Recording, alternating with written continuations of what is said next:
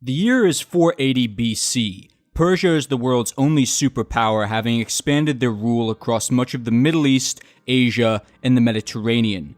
King Darius tried to conquer the Greeks 10 years earlier, but was defeated at the Battle of Marathon. Now his son, King Xerxes, raises the largest army in history to bring the Greeks to heel. The Persian Empire began at Lycia. It quickly conquered Egypt and into Asia.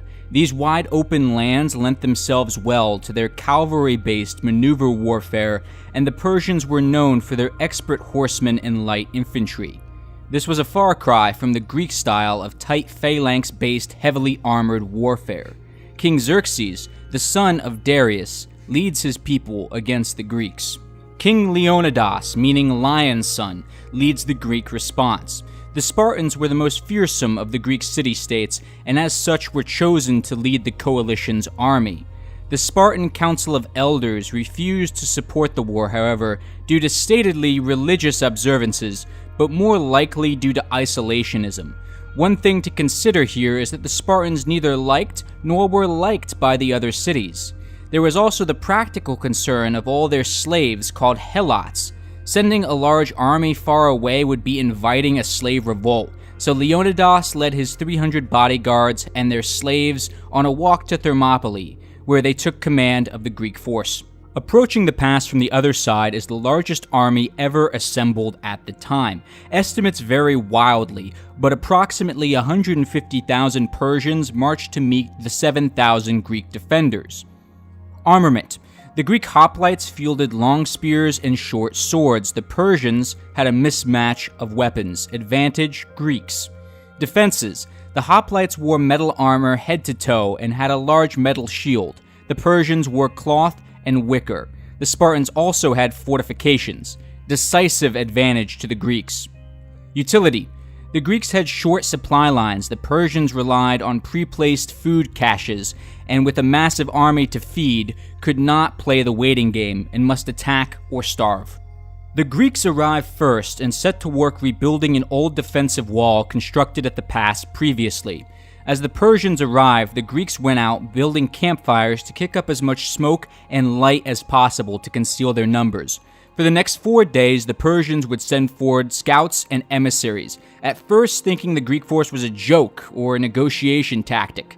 It was not until the 5th day of their arrival that the assault began.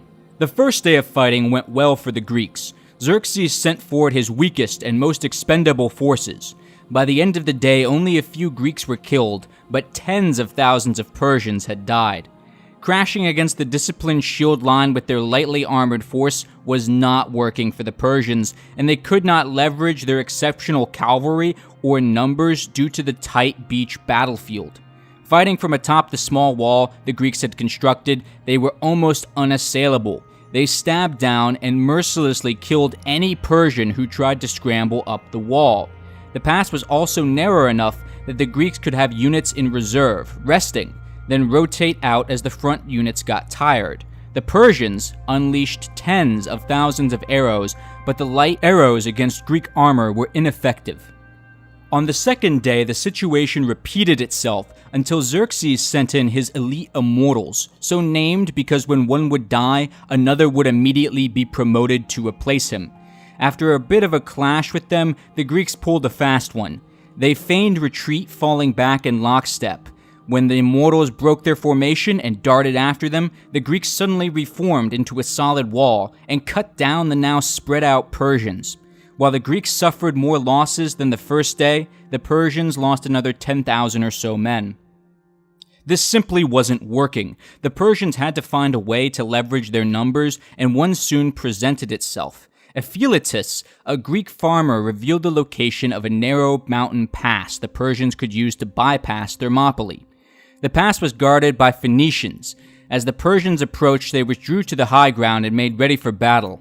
However, the Persians ignored them and made their way through the pass. In the morning, the Greeks would face assault from both sides, allowing the Persians to leverage their superior numbers. The Greeks had two choices: retreat or stay and die. The bulk of the Greeks retreated. However, some 1,500 men chose to stay. This may have been due to a sense of duty, but there was also a practical reason. Remember how I said the Persians had exceptional cavalry? Well, if they were allowed through the pass, they would be able to run down the retreating Greeks. So a rearguard was necessary to delay them a day and allow the retreating Greeks to slip away. This selfless sacrifice, led by the 300 Spartans, would become something of a myth, but it was also a necessity to save the rest of the army, rather than some grand gesture of defiance. The third day came, and the Greeks attacked, determined to kill as many Persians as possible before they were surrounded.